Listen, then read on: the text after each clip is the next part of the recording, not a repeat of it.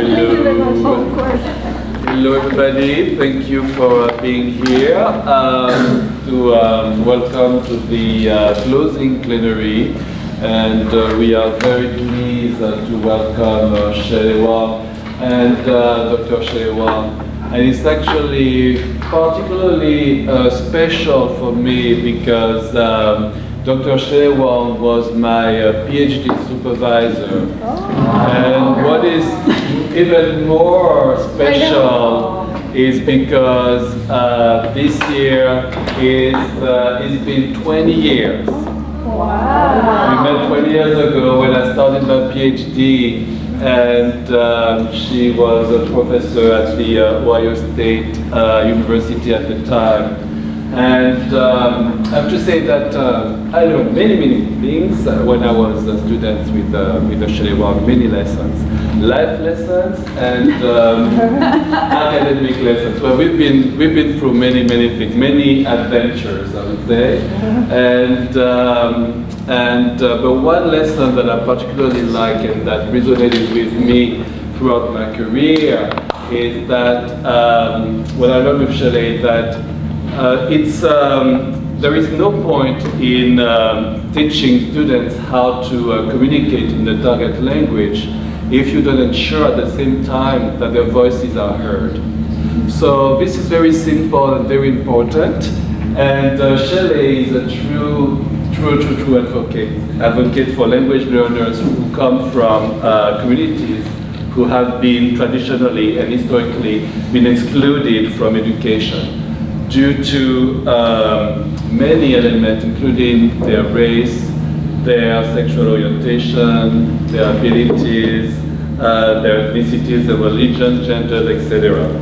So throughout her career, she never ceased to identify and overcome the barriers that prevent marginalized students to have access to a successful life in North America, but also abroad, such as in Haiti. And right now she's working on a project that's going to take place in Palestine.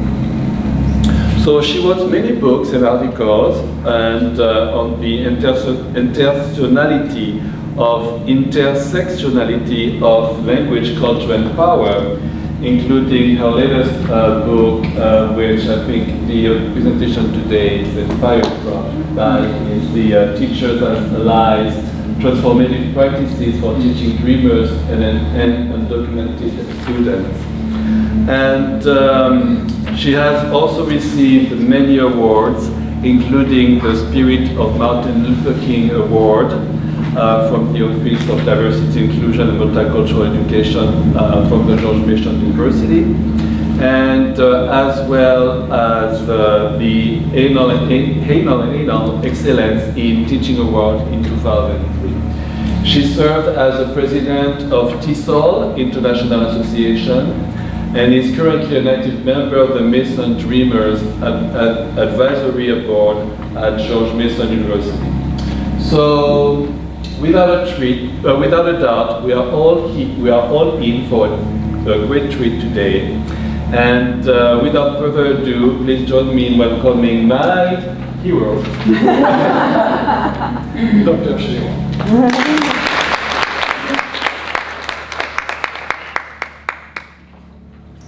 Thank you for the kind introduction, Professor Bangu.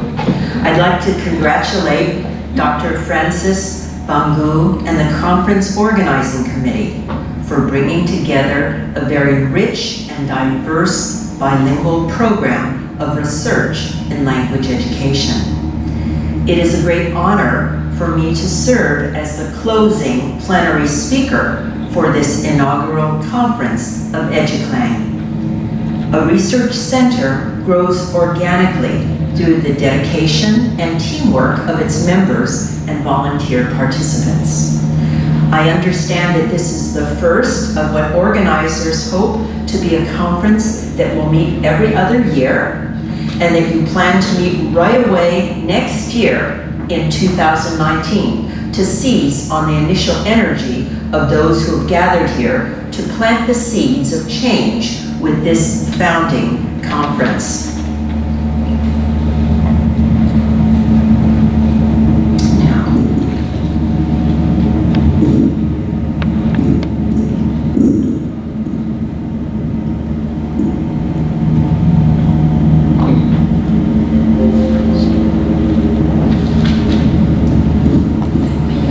The 5 strands of this conference are driven by a dynamic research agenda of EducLang. Area 1, technology, language teaching and learning, and I will not read them for you, but I will comment that these 5 areas overlap and connect. So look around you and reflect about the formal presentations you have attended and the people you have had the good fortune to become acquainted with, and how it might afford new collaboration in the coming years. We need to be very intentional about finding ways to nurture, develop, and sustain the research projects that have been presented in these 2 days. I know for me as a ESOL specialist and teacher educator working in the US that I've benefited so much from being a part of the EducLang research team and speaking to my counterparts in French as a foreign, second, and heritage language education. I bring greetings to you from my home institution, George Mason University, from the colleagues, alumni, and particularly the multilingual, multicultural PhD special interest group, who are currently engaged in Spanish, Arabic, Chinese, Farsi, Korean, Japanese, Urdu, and Vietnamese language, linguistics, and translation. And I hope that we will be able to host all of you in future gatherings of EducLang at George Mason University. This next year, as I teach and do research in Palestine, in the West Bank, I look forward to the opportunity of learning about critical language awareness from my counterparts in language education in Arabic as a foreign language. In my plenary, I will be reporting from work in the United States. Although the Ku Klux Klan is a uniquely US organization, the upsurge in neo-Nazi ideologies, alt-right, fascist militias, and white supremacist movements are not unique to the US. At international gatherings, such as this one, it is a rare opportunity for us to discuss the socio-political context of academic achievement, the meaning and significance of anti-immigrant times in the lives of children and youth. I've deeply appreciated reading the work of colleagues at the University of Ottawa who are doing critical and post-structural study of the links between citizenship and the acquisition of second languages in the context of immigration and refugee diaspora. In their path-breaking article, Adjacent, Second Language Education and Being, a Deleuzian take on citizenship, they argue that by becoming and adjacent help disturb the once axiomatic linkage between citizenship education and the nation state and challenge cliched notions of global citizenship. As I speak this afternoon, I want you to think about how globalization, and I would add neoliberal economic policies, have affected the integration of second language newcomers and other minoritized groups in the various countries in which we work.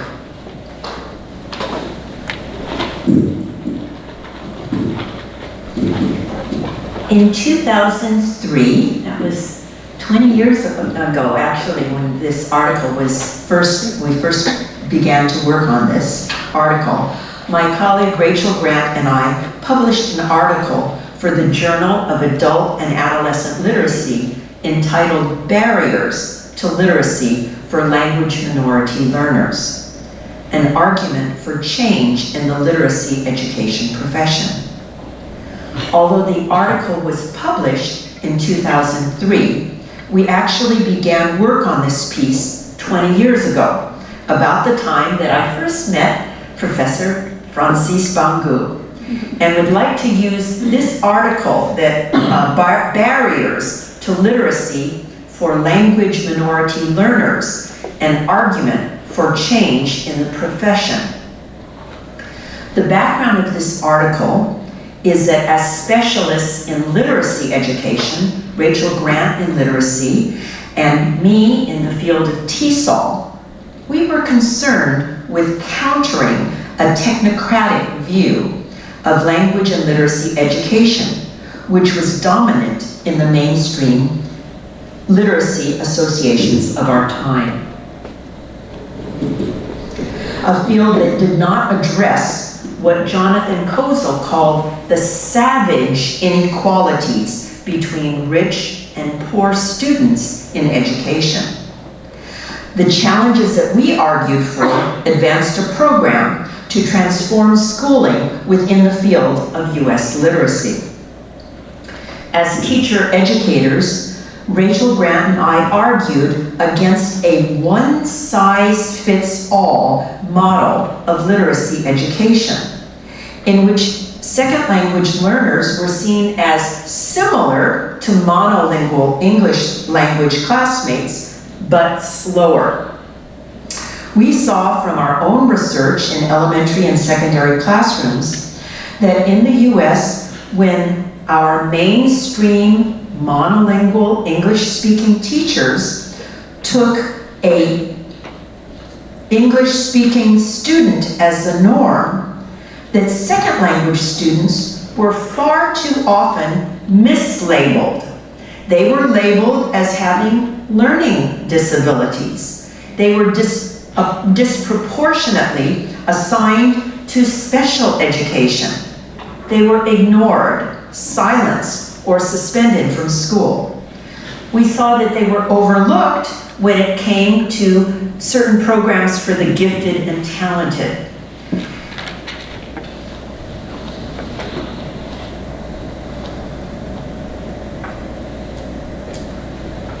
Oops.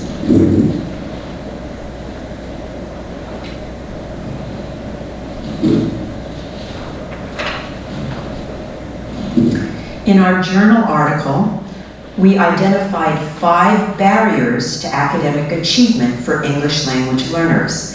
And as I talk today, I'd like you to consider which of these barriers are still relevant today. Xenophobic English-only movements, limitations of resources and personnel, controversies concerning bilingual education, lack of agreement concerning the duration and type of services English language learners should receive, and 5 cultural and linguistic deficit models.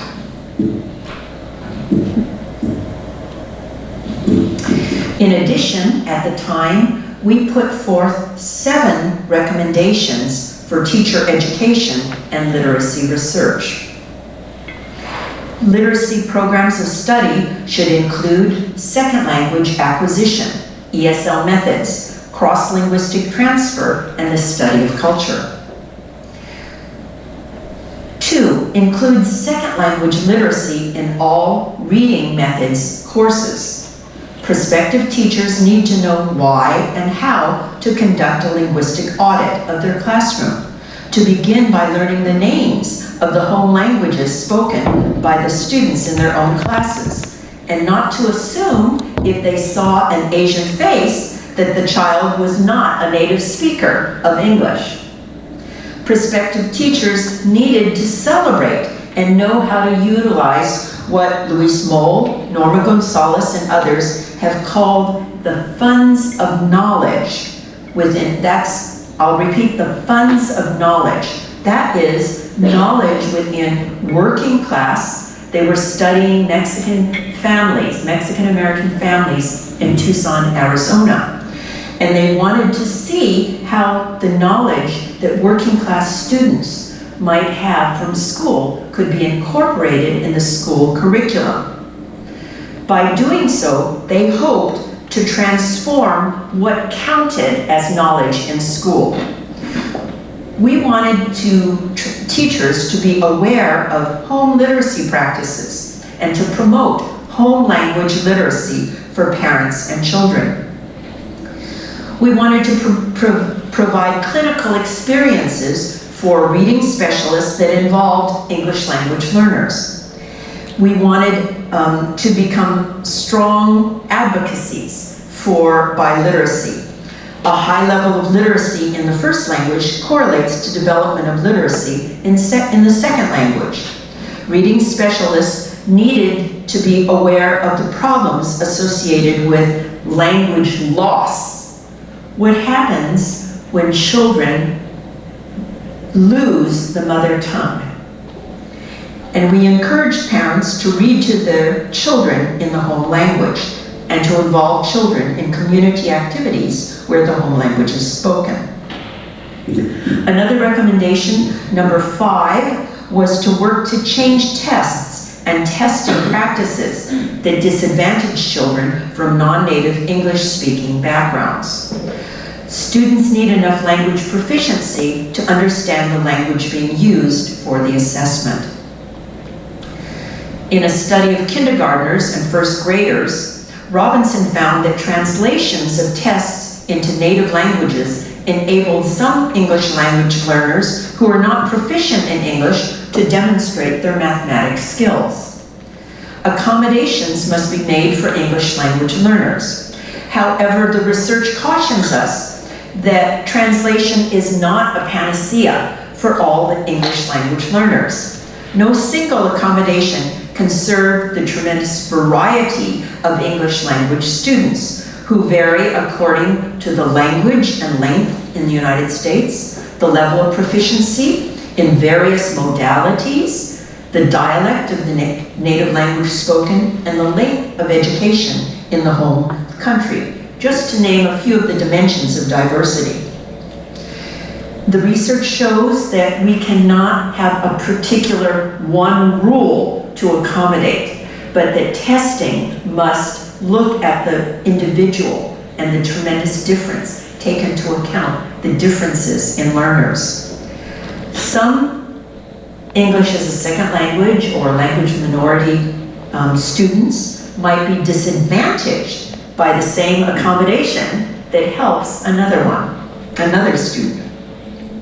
6, we encouraged collaborative research of literacy and ESL educators, because unfortunately we had many different perspectives and what we call silos in education.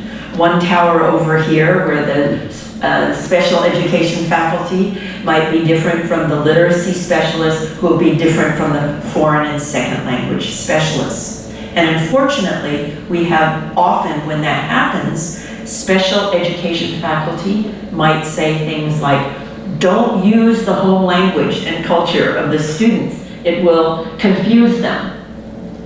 So us from the second language perspective need to work with the literacy specialists and with all of the different faculty in the school and conduct research. Finally, it was very important to re-examine your own personal biases and stereotypes, and to look at cultural and linguistic deficit models.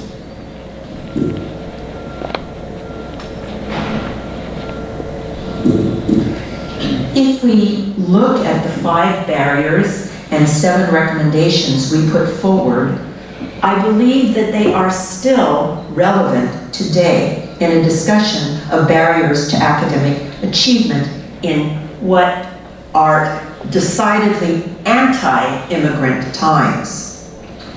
In addition, undocumented students and students from mixed status families face numerous obstacles to gaining entrance to college, including legal, financial, academic, and socio-emotional barriers.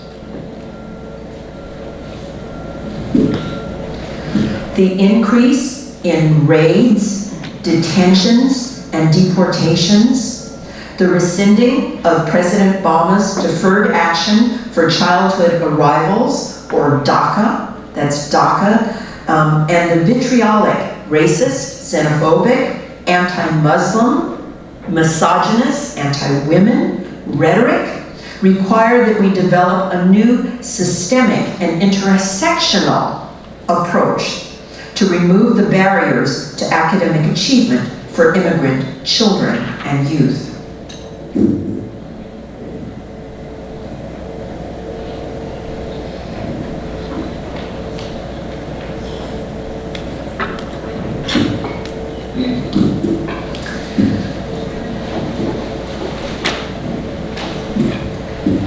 Can you guess what this photo is of? Sure. Where are the students in detention centers? They're in prisons, and there are an estimated 11 million undocumented immigrants in the United States. Of the 3.2 million public high school graduates in 2017, 65 were estimated to be undocumented. Of those graduates, only 5 to 10% will enter college. In addition, under the Trump administration, the additional barriers faced by undocumented children and youth have become a human rights crisis of epidemic proportions.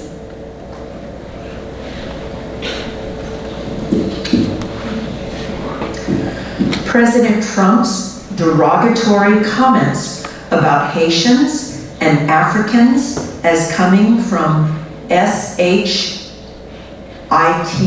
whole countries, and his false claim that Mexico was sending rapists, gang members, and drug dealers has given support and legitimacy to white supremacists who want to exclude people of color. His call to militarize the US-Mexico border is best exemplified by US Attorney General Sessions' announcement in April that parents who are apprehended at the border would be separated from their children, regardless of the child's age. More than 2,500 undocumented children have been separated from their parents in the 2 months since President Donald Trump's zero tolerance policy took effect. The majority of those children have not been reunited with their parents. Government statistics released over the weekend showed that more than 2,000 were still in federal custody, and just over 500 had been reunited with their parents. So children have been taken from the US-Mexican border, separated from their parents, and then sent to detention centers around the country. So they might be hundreds of miles away. Some of them have been sent to detention centers in my state, Virginia, near Washington, D.C. Others to Maryland. And the reports of the conditions in the prison have been terrible, including having children being beaten, being abused, their clothes taken away from them, forced to, when they started to scream, giving them drugs to sedate them, tasing them, different charges of torture of these children in prison.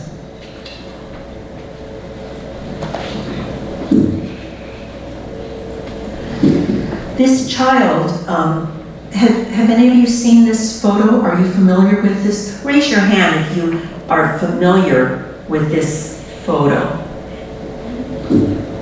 I'm going to ask so that we can share with those that didn't see the photo. So could somebody tell me what this photo is about? Who is this little girl?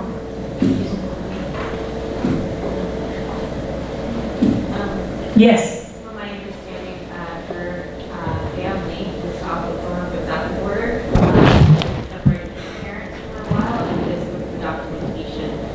Their interaction with the border officials. The little girl and her mother came from Honduras, and they were this particular. I'll make this slide available, and you can later, all of you, find out the story about this little girl, because there's been a big controversy in the news about this particular photo, with Trump's charging that this was fake news. That this little girl, there was a photographer who actually, if you follow this link, and I'll make it available to you through the PowerPoint, that the little girl and her mother came from Honduras, and they traveled through Honduras to Mexico. They wanted to escape some of the horrible conditions of poverty, gang violence in the home country. Many are escaping the gang violence, which in countries that is caused in large part due to the United States policies. And this little girl and her mother were stopped at the border by the police. And as the mother was frisked,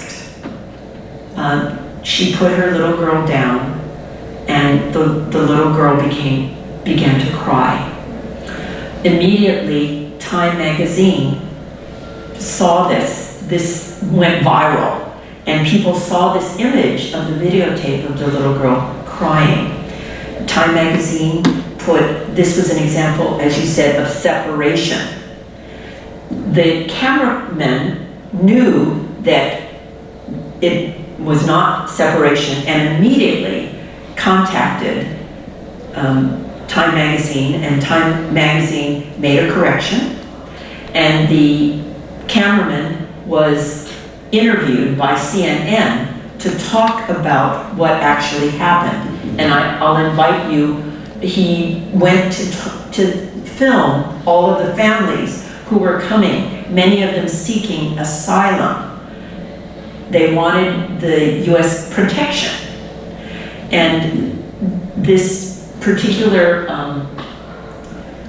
cameraman went to the different families and interviewed them about their very difficult and dangerous trip. Many have come for many miles and to try to escape difficult and challenging circumstances. And the response to this particular image has been that as soon as Time magazine showed the photo, I'll go back to that one. Welcome to America. When this actually, immediately, Trump's advisors all said that this was fake news, that they were saying that the little girl actually wasn't separated from her mother. After being frisked, the mother picked her up, and they were detained together. But being detained together, the mother and daughter being in prison is not, it's still a terrible situation. And why would people fleeing for safety be jailed? And unfortunately, there are many families who have been detained in detention centers for months. And there are families that are separated and they don't have their rights. They're not allowed. And many people have been deported who actually were unjustly deported.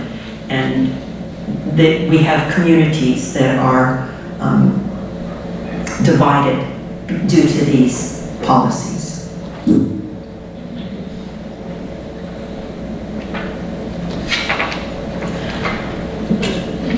The DREAM Act, dreamers, who are these dreamers? And what are they demonstrating for? The DREAM Act stands for Development, Relief, and Education for Alien Minors. This is a bill that was originally introduced in Congress in 2001. That was a long, long time ago. Despite many efforts to introduce a version of the DREAM Act in Congress, it has never passed. If it had passed, it would have granted undocumented youth who came to the United States as minors, as young children, the right to stay in the country without fear of deportation, and to work and continue their education with possible routes to citizenship. Students in the DREAM movement have testified before Congress. They have lobbied and marched and committed acts of civil disobedience. They've gotten arrested in public places to call attention to the importance of having a pathway to citizenship. What that means is that, unlike in many countries, there was no way that they would be able to take a test, or even compared to 10 years ago, these dreamers have been stranded without any way to legalize their status to work. And so if they don't have legal status, they are exploited. They work in jobs where people cheat them. They are in so many, if they are abused, they're afraid to report it. Undocumented families might be robbed, but never say anything because they're afraid that they will be picked up by the police.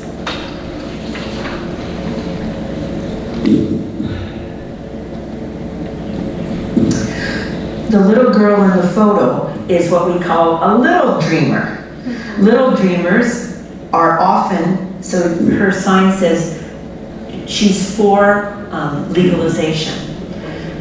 Little dreamers are often American citizens. They were born in the United States, but they might have a parent or an older brother and sister that are undocumented and could be affected even though they have the right to stay here. How can a child take care of herself? According to a report by Thomas Rivera Policy Institute at the University of Southern California, globalization, about 7% of all school-aged children live in mixed status families. In fact, the total number of US-born children living with at least one undocumented parent doubled from the year 2000 and 2012, from 2.2 million to 4.5 million. Under undocumented is a term to refer to a family member who entered the country under a student visa or a work visa, but due to various barriers, often the employee cheated them and would not renew their work visa. Or sometimes you'll hear stories of unscrupulous lawyers who charge money, promise to file papers, and never filed papers. Others have waited in line, but have never been called to be able to process their papers.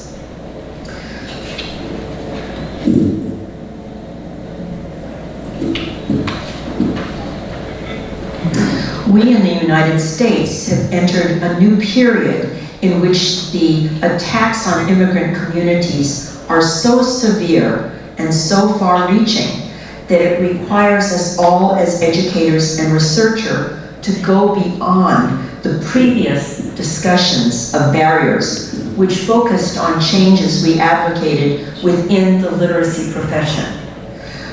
We need to address the deportation and separation of family members. We need to address the criminalization of immigrants in public discourse, on the news, on the radio, in movies.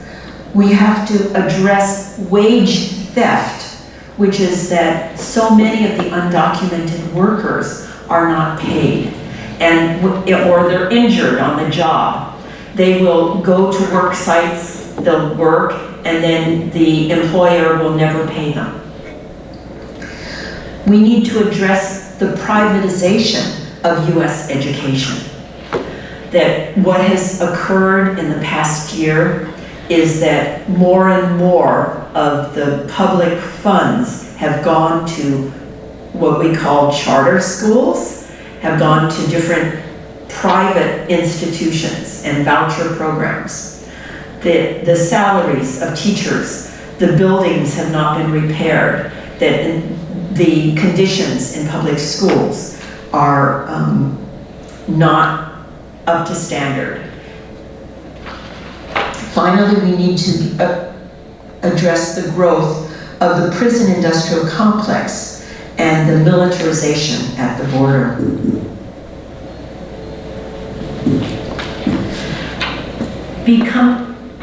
Becoming aware of the realities that affect undocumented students and their families is the first step to becoming an ally and advocate.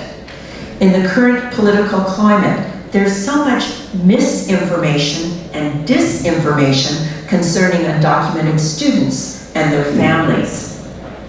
It is imperative that pre-K through 12 teachers, counselors, and principals be aware of the laws and court cases that establish the right to public education for all students, irrespective of immigration status. It is also important for educational leaders to address school bullying and to nurture and strengthen cultures of peace in schools and on the playground. Finally, we must counter the common myths, stereotypes, and misconceptions about immigrant communities.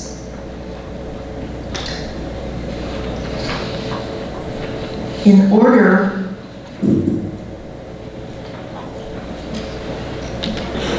it is not easy for teachers to always know who is undocumented in their classes. Young children will not, some very young children know nothing about legal status. And in fact, many of the Dreamer students talk about being that all along they thought they were the same as all of the other classmates that they studied with. But it was not until they wanted to get a driver's license, because in many states you have to have a birth certificate in order to get a driver's license.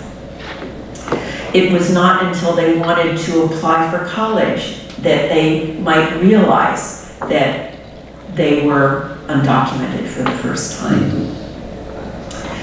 So we also have a situation now under the anti-immigrant times that we live in, that administrations of schools and school districts will be sometimes very against the immigrant children and will tell teachers, don't ask, don't tell. You might be reported if you start asking questions to support or provide any information to undocumented families. You will be charged as being illegally harboring or helping an undocumented person. So these are situations in which many teachers feel unsure of what to do. For that reason, we don't have a way that in every school we have to take what we call a problem posing or dilemmas approach. This is one of the 4 features of dialogic pedagogy, which I've talked about. A problem posing rather than a problem solving approach. A problem solving approach assumes that there's one answer. Everybody can copy and have the right answer. But in all of the great challenges in life, whether they're changing law, whether it's artistic endeavor, mathematics, science, technology, to really utilize any medium, we have to have a problem posing approach or a dilemma approach, that it's not really clear which way that you might, as a teacher or as a researcher, have many conflicting feelings about fears that we really need to address in working with undocumented students and families. One of the recommendations that the professors and teachers who have used this problem-posing or dilemmas approach is to encourage teachers to embrace that dilemma and to think about in which ways that hard-to-reach student might be difficult to reach because they're afraid because one of the parents has been taken by the police and they're afraid to say anything. You might have somebody who is abused and afraid to talk to you about it, but acts out in class. Or you might have a student that falls asleep. Some teachers say, oh, that student is lazy, not realizing that the student might be working with their parents late at night. So these are the kinds of issues that we need to pose to get to know the reality of our students. We need, as researchers, to go beyond research in the classroom, to have what we call community-driven research. Those of us who are privileged to have work permits, to have, as teachers, who have, and actually there are many undocumented teachers as well. In the state of Maryland, we have 1,000 undocumented teachers who were able, through President Obama's executive order, to gain legal status, temporary legal status, through DACA, the Deferred Action program. They showed all of their documentation, they paid fees, they showed where they lived, they showed they graduated from high school. They went through all of these things. But Trump has cut off the DACA. He's terminated the DACA program. And despite him saying, I love dreamers, this needs to be fixed by Congress, his actions and policies have meant that these leaders of the community who were supporting their families and communities are vulnerable. So those of us who have status and privilege need to use that to speak out and to participate. And we need to listen to those dreamers, the students who have been fighting for the rights of undocumented students. They have the latest information.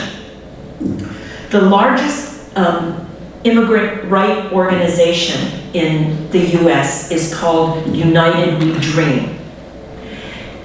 And if you go to their website, you will find up-to-date information about what's happening every day with the different court cases and counter-court cases and the different rulings, as well as what's happening with ICE, the immigration services, what's happening with the various agencies.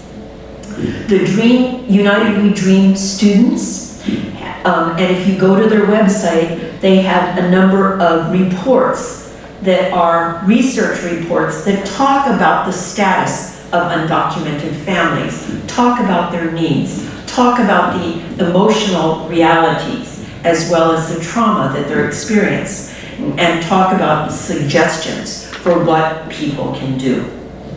You can sign up for United We Dream information and find out. So I think it's always important to see what various immigrant rights organizations are doing in various countries in the world, because we can learn from each other, from the different NGOs and teachers associations, as well as our international associations.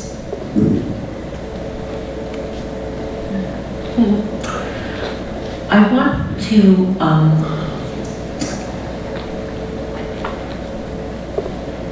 ask you, in looking at this slide, whether when we look at the barrier there, I'd like you to look at the difference between equality and equity. Equality, all of the students are given the same treatment. Isn't that fair? And compare that to equity.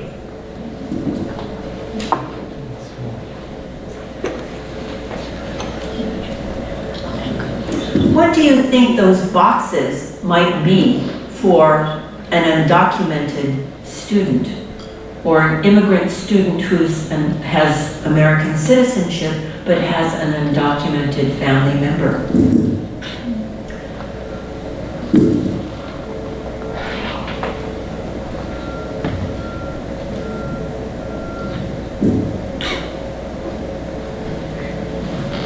Anyone want to comment? One of the differences between equality and equity, the first two? What might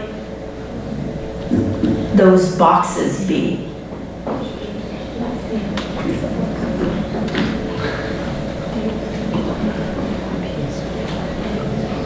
Well, it might be, I mean, it could be access. I mean, it might not be a literal box or a literal thing, but just access to education, let's say. This kind of resource that's available to people, even when everyone has the same access to education, which is not necessarily the case right now, but even if it were that, we can see that the outcome is not the same. Huh? Like, it's really the outcome in the equity image that everyone gets to see the game, right? Because the quality of the resource, the same resource, doesn't necessarily result in the same outcome when you're already behind, like your little purple guy. Could we look at the third slide? Reality. And I'd like to ask you, what do you think are the boxes of privilege that enable certain children to succeed academically in school and others to be buried below? Yes? So certainly I would agree that in the reality, like you said, it is different privileges, and I think those privileges are things like camps, like extra field trips, like extracurricular activities, things that cost money and often a lot of money, and so it would make sense then that it be unfortunately those who have that financial means who are able to give their children those opportunities, that those be the ones, as the picture shows, who are able to advance, whereas others who certainly are capable and would want to have all these opportunities simply don't because of things like financial barriers. Exactly. In second and foreign language, we have opportunities to go study in other countries. Certain students have the money to be able to travel to other countries. Others do not. And if you're undocumented, you cannot leave the country and come back. So this is where one of the Dream students who confided to the music teacher that he couldn't go to Japan with the group because he was undocumented, and his teacher thought, and his teacher was a music teacher who, it's a lot of work to organize to get a trip. You have to get all of the parents to raise money, and you have to, but she did a little bit of investigation, and she found out that the trip that they were going on also had a concert in a competition in Hawaii instead of Japan. So she changed the trip so that everyone could go to Hawaii. It was a decision that this teacher made that a lot of teachers wouldn't make.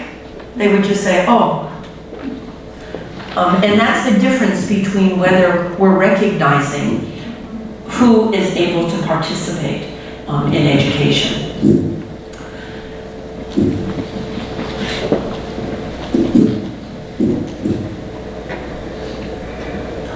Yes, exactly. So,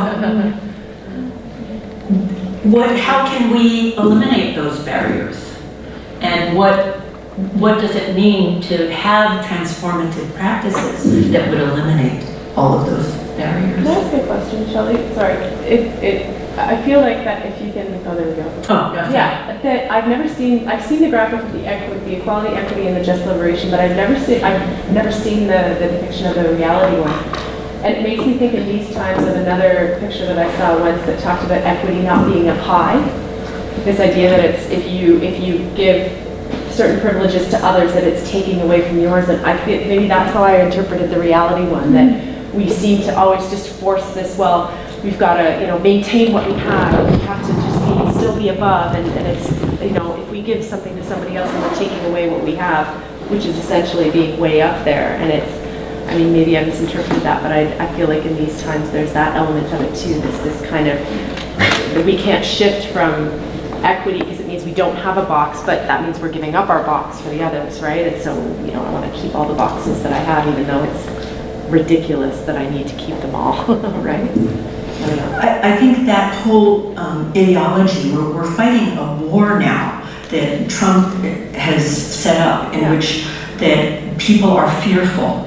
Under these neoliberal policies, there's such polarization between the rich and the poor. And this is reflected in privatization of education, takeover by our, Trump has appointed to our Secretary of Education a woman who is for the privatization of education, is against public education entirely. And now there's a new proposal to eliminate the Labor Department and put the merge the labor. So this is another way of just totally allowing the corporate interests to prevail, the level of corruption and the level of difference. Thank you. I just wanted to see that. At the bottom of the slideshow, there's the link so that you can go, and there's actually some very interesting work done by teachers about these kinds of exercises and how they've changed and how they've looked at precisely the point that you were raising. And what would it mean for us to eliminate all barriers? And then I invite us to consider what other ways of looking. So, there's the, encourage you to look at that.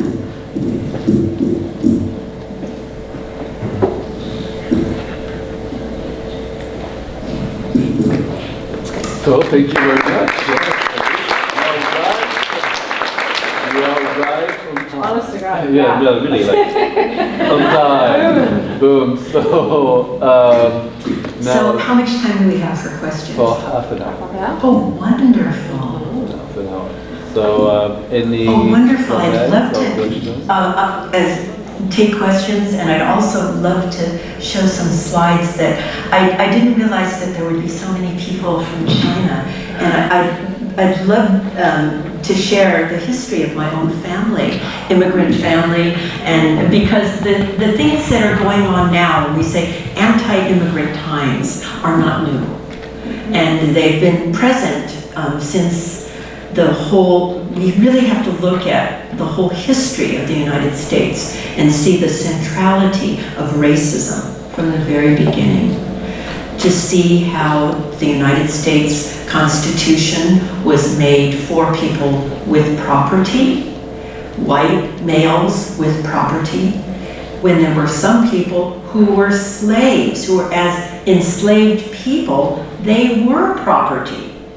And some of these patterns that we see today of separation of families has been a pattern with African American families, with indigenous families. Native Americans were taken away from their families and were put in boarding schools. And the treatment of Chinese, and I'll get some photos of my grandmother and tell you the story of my grandparents. Questions? It'll take me a minute to get some. Or comments? Yes, one. Okay. Yes. Mimi, go ahead. Thank you so much for the presentation. Please introduce yourself so people know who you are and where you're from. Okay, my name is Mimi and I'm from the University of Toronto, OISE. I just finished my PhD there.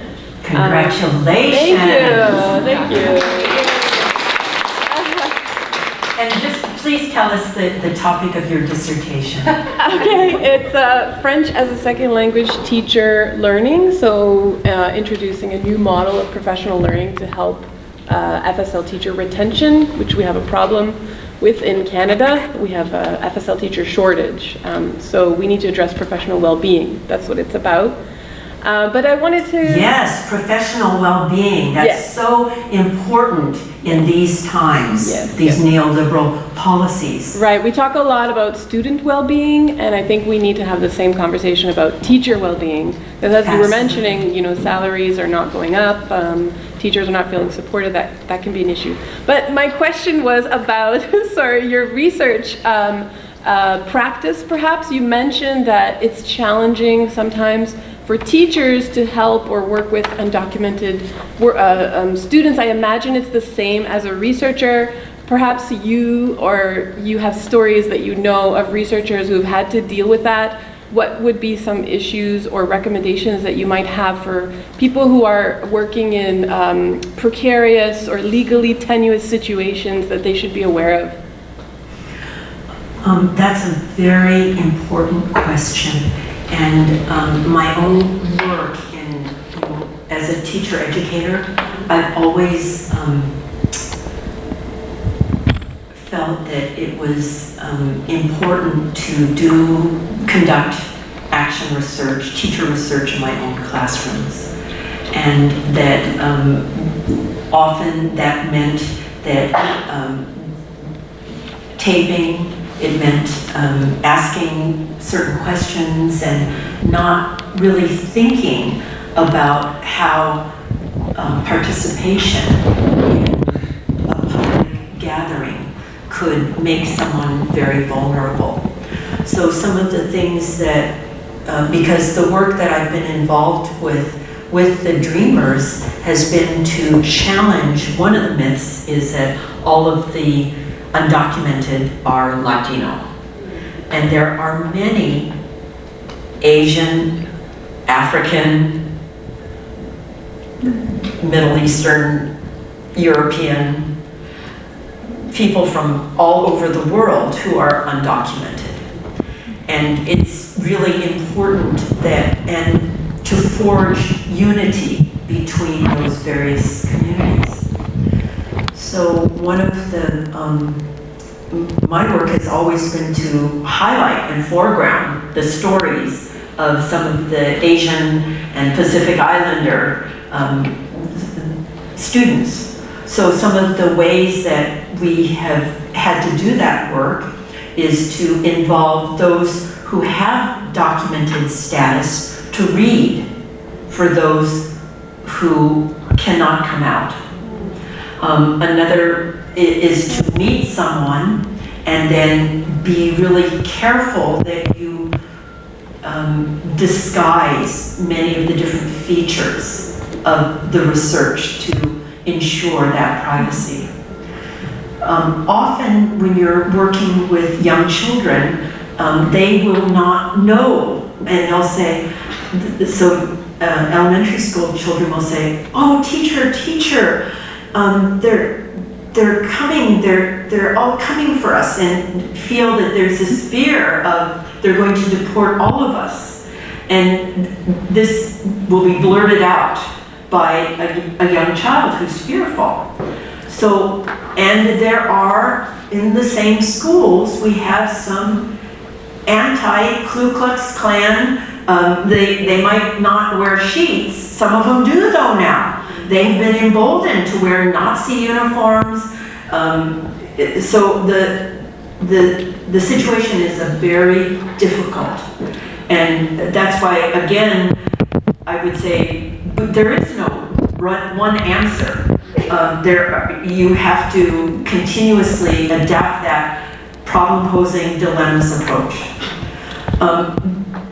In the past, we've always talked about things like member checking, but what I think more than member checking, we really have to think about whose leadership are we going to take? Now that's a political question. You would say, you know, and in social movements, political movements, people say, are we going to allow those you know, paternalistic, colonialistic, you know, so for example, in the women's movement, you'll have North American women saying the Middle Eastern women are oppressed, and that this, or genital mutilation, and you know, going without any taking the leadership from the local. So we can use many of the decolonizing research and read on decolonizing research as kind of an anchor theoretically. Those sources are very important. And that is the question, well, who are you taking your leadership from? Another is, I really recommend the work of Sean Wilson. Research is Ceremony, to talk about indigenous research epistemologies and ways of approaching this issue. Other tools in terms for researchers are critical race theory. And I encourage you to look at intersectionality as a way of seeing how we can work with the many dimensions of privilege and marginality. So as researchers, we have to be really aware of our privilege and our marginality and utilize both to inform our research.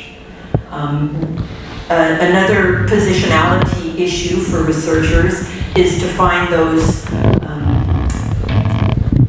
third spaces, which might be that we're looking for, and maybe I'll ask other colleagues to talk about some of the other resources in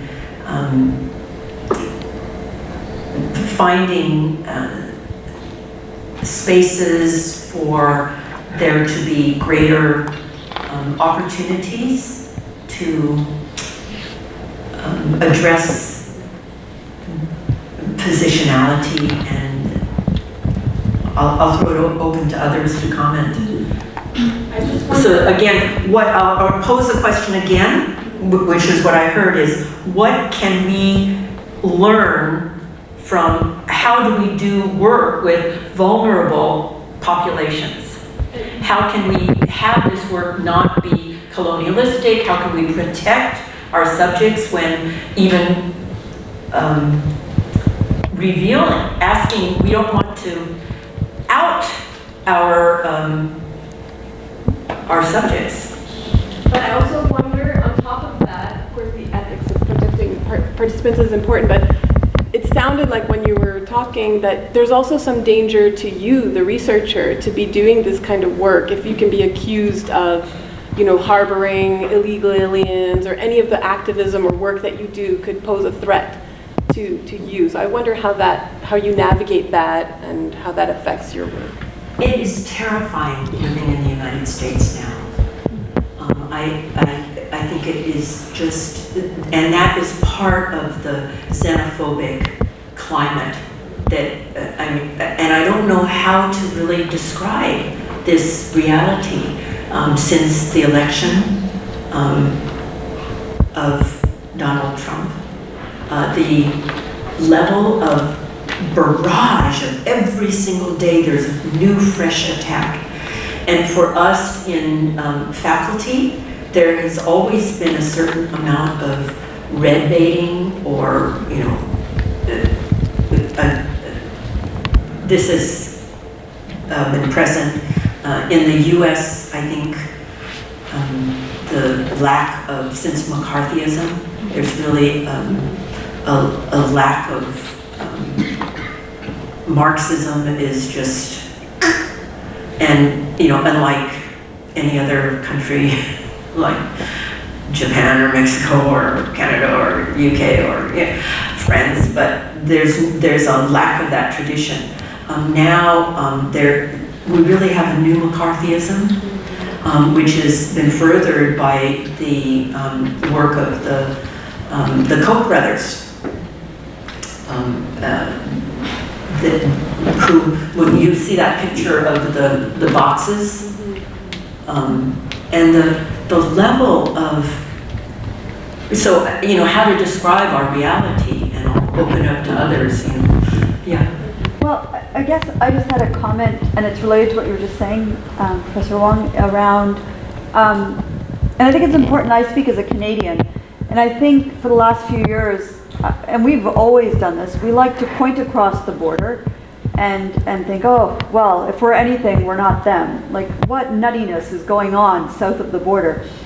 But I think what you've said here today is not just a commentary on what's going on in the US. I think it's a reminder, and a really important reminder, that we all have to be kind of hyper vigilant against these kinds of discourses that are gaining speed. And I see it happening in Canada too.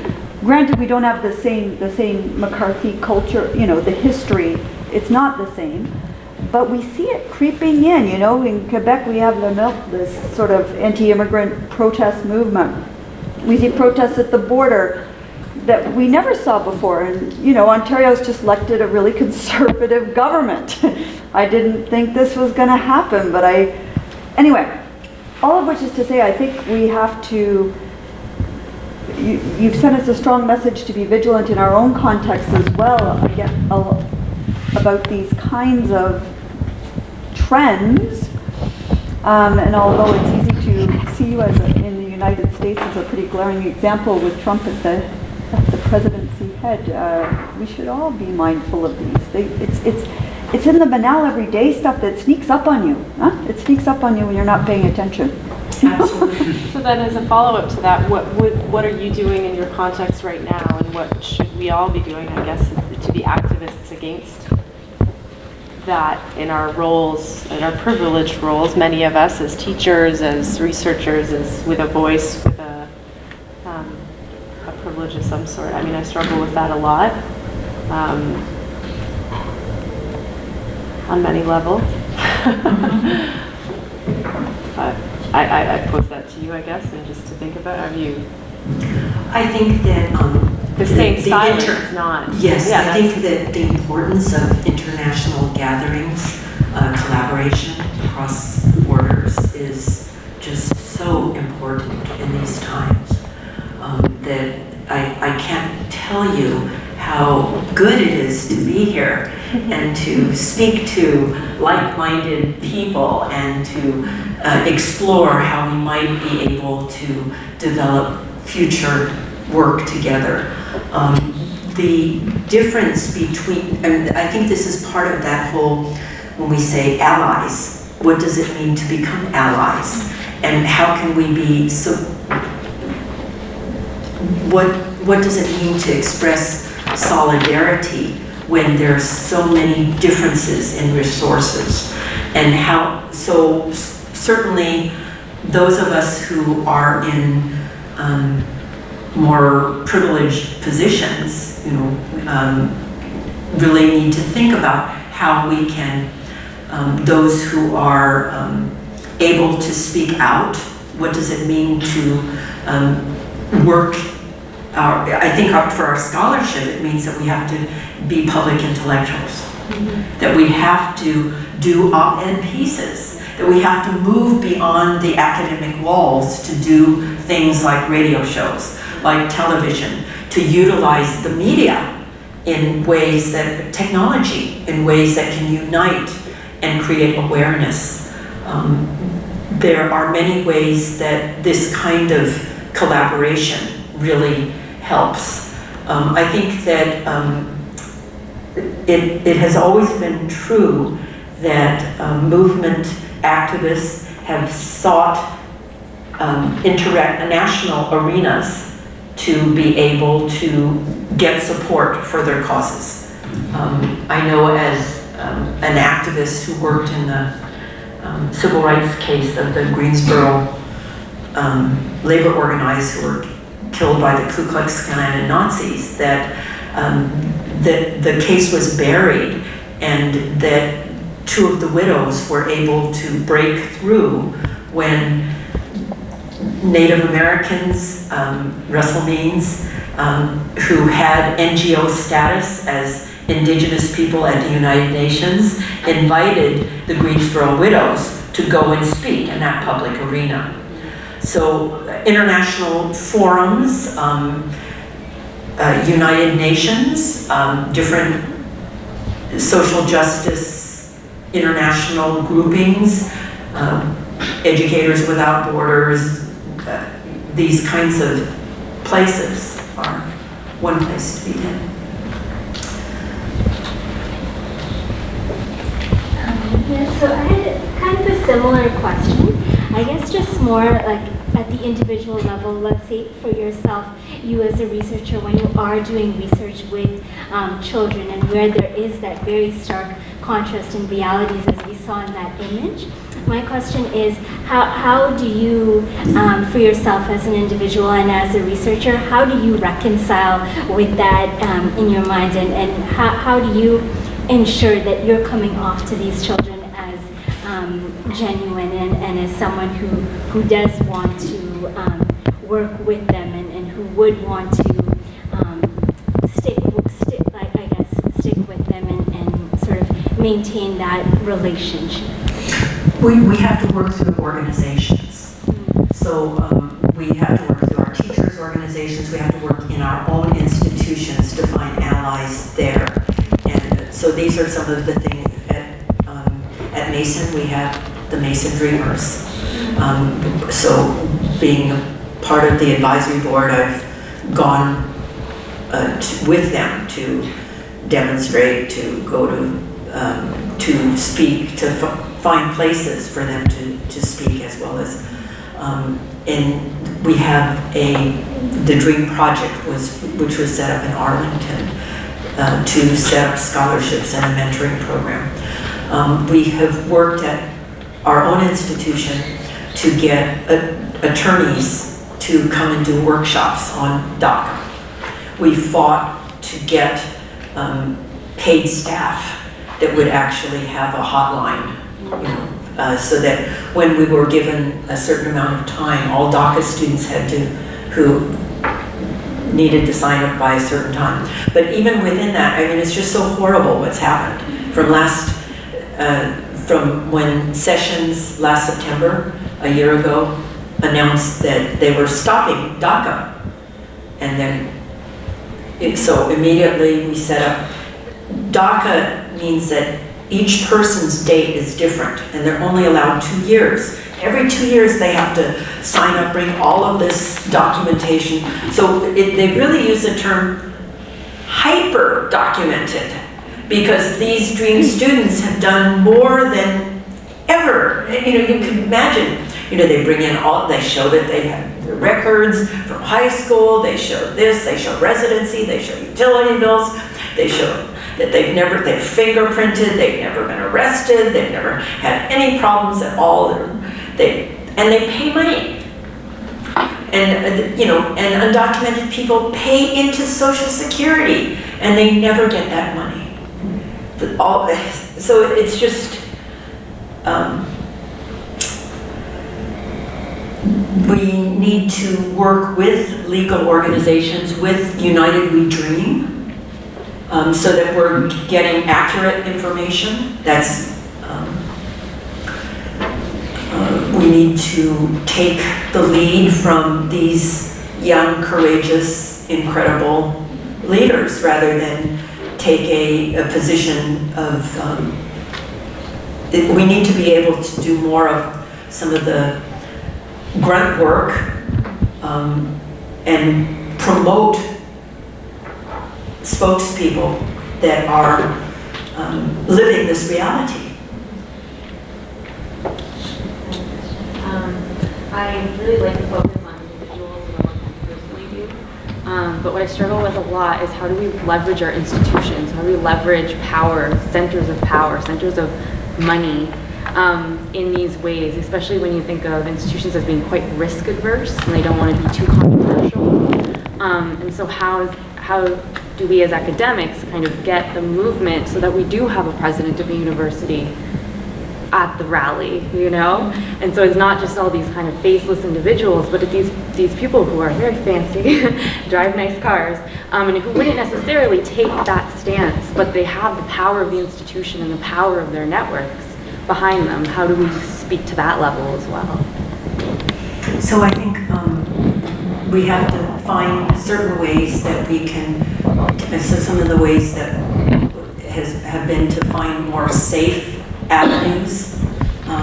I really think that now's the time for us as more critical scholars and activists to take a position of widening and accepting whatever people are willing to do, and finding spaces for the many levels of participation. So scholarships are usually safer than funding dream students to go picket at the White House. But scholarships are something that many people will agree with.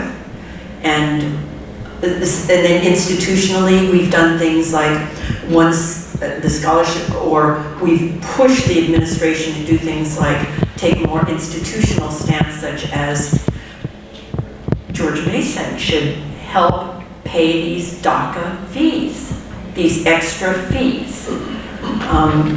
Or George Mason should hire, okay, so then we have to say, well, how are we going to, so it was not possible to say we would have a staff person that would support undocumented. So instead, we got a staff position in first generation college to support students' academic achievement. We have a program now that is, we have to think about ways that we can meet immediate need through food pantries, issues of homelessness. The level of economic distress now is so high. We have one fund that we set up for short-term emergencies, so that people who are, because many of our students are homeless. They're couch surfing, they're sleeping in cars part of the time, they're driving from one position to another, and then finding a place to stay partially, working their schedule so that they can take a shower, and then, but these are the realities of so many of our students. I'm just curious on that previous question about how you broaden out and see what institutions are willing to do, what they, rather than kind of going in with this and they say no, saying, well, you could do this, great. Do you ever find yourself in kind of an upselling situation where you say, last year you did this and that was wonderful, but we were wondering this year if we could do this, and then over time there's more and more buy-in? Do you see that kind of? Always. Yeah. There are so many different, and we have to use all of them. Right. Okay. There's this is part of that whole, how do you raise money, how do you get the word out, how do you do media work, how do you have it, and it is practice, feedback, getting a team, and but it's been very, very challenging. At the same time, there's hope.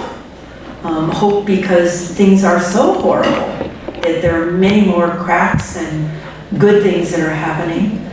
So we have more and more spontaneous levels of support at the same time as we're having more and more racial vandalism.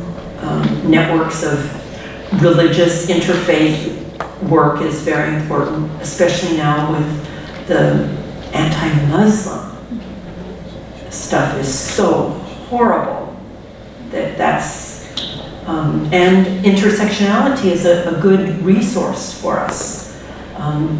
I'd like to talk about one shining example of intersectionality is the work of the LGBTQ dreamers.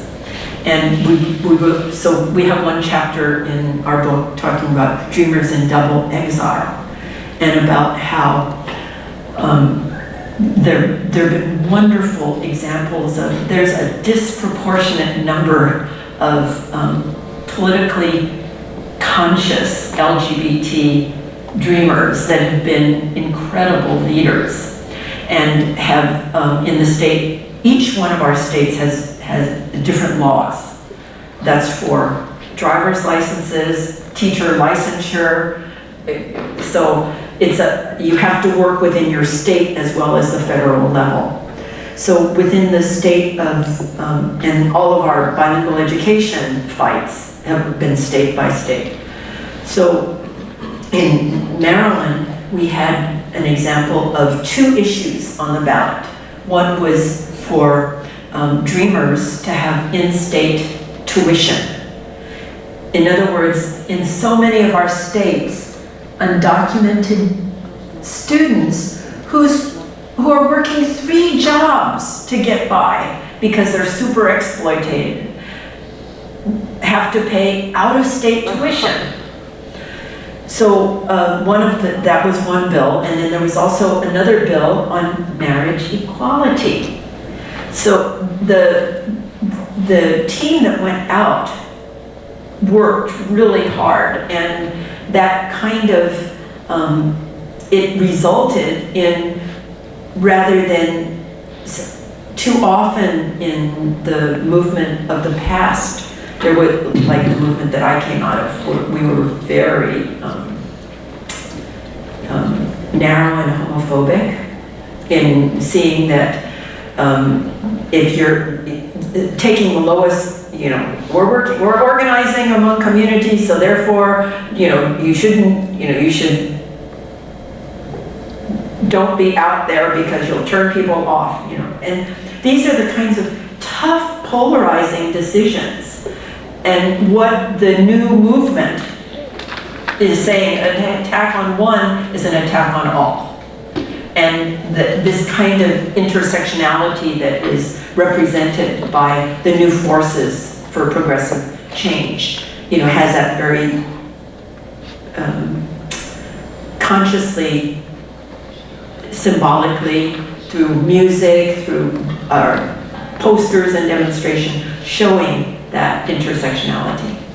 And those communities who have fought against, so Japanese Americans who were incarcerated during World War II. The US was at war with Germany, Italy, and Japan, but the Germans and the Italians were not rounded up and put in camps.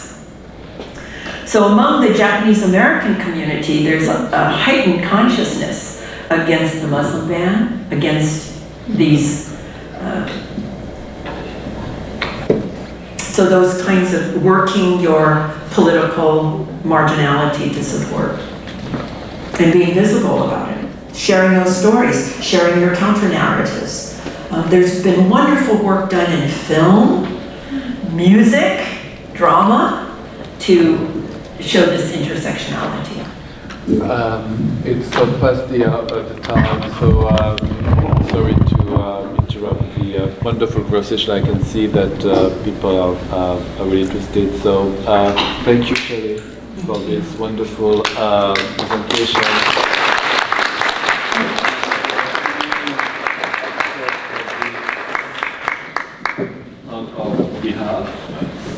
Rainier for the eyes and for the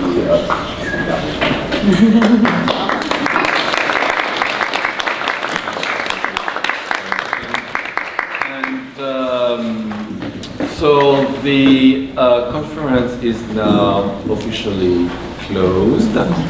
So thank you once again for participating in this inaugural conference of EducLang. And in your little bag, you have also a feedback form. So if you could take the time to please fill out and provide us with good constructive feedback for the next editions of EducLang, this will be highly appreciated. And then you can return this to me in the next 2, 3 minutes or 5 minutes. Okay, thank you very much. And once again, Maybe the Chinese could email us too. And if you have this form, you can also email it to me. Okay? If you don't have time now, you don't want to, you can also email it to me later. Okay? Thank you.